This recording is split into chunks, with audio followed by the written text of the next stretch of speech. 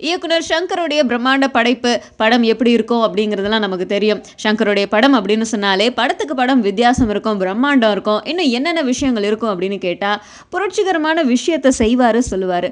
படத்தை பொறுத்த வரைக்கும் என்ன அந்த மாதிரியான விஷயம் செஞ்சிருக்காரு அப்படின்னு கேட்டா, ஆஸ்கர் ஃபிலிம் தயாரிப்புல பிரம்மாண்ட முறையில் வெளிவர போற இந்த திரைப்படம் உலகம் முழுக்க வெளியாக போகுது. அமெரிக்கால மட்டும் 700 திரையரங்குகள்ல திரைப்படம் வெளியாகுது. ஸோ உலகம் முழுக்க அப்படின்னு சொன்னா அதுல பாகிஸ்தானம் தானே அடக்கம். பாகிஸ்தான்ல முதல் முறையா திரைப்படத்தை வெளியிட போறாங்க. இதுதான் முதல் திரைப்படம், அதுவும் தமிழ்ல ஒரு திரைப்படம் பாகிஸ்தான்ல வெளியாக போகுதுன்னா அது நம்ம திரைப்படம் தான். ஸோ அந்த பெருமையை வந்து திரைப்படம் வந்து இப்போ வாங்கியிருக்கு. ஏன்னா அது மட்டும் இல்லாமல் படத்தில் வந்து விக்ரமோடைய கெட்டப் அப்படின்னு பார்த்தோன்னா 4 சூப்பர் கெட்டப் விதவிதமாக காமிச்சிருக்கிறாரு. ஒரு கெட்டப்புக்கும் வித்தியாசத்தை. அண்ட் எமி ஜாக்சன் நடிக்கிறாங்க. இன்னும் நிறைய நட்சத்திர பட்டாளமே இந்த படத்தில் நடிக்குது. பொங்கல் அப்போ கண்டிப்பாக அந்த திரைப்படம் ரிலீஸ் ஆகும் அப்படின்னு சொல்லியிருக்காங்க.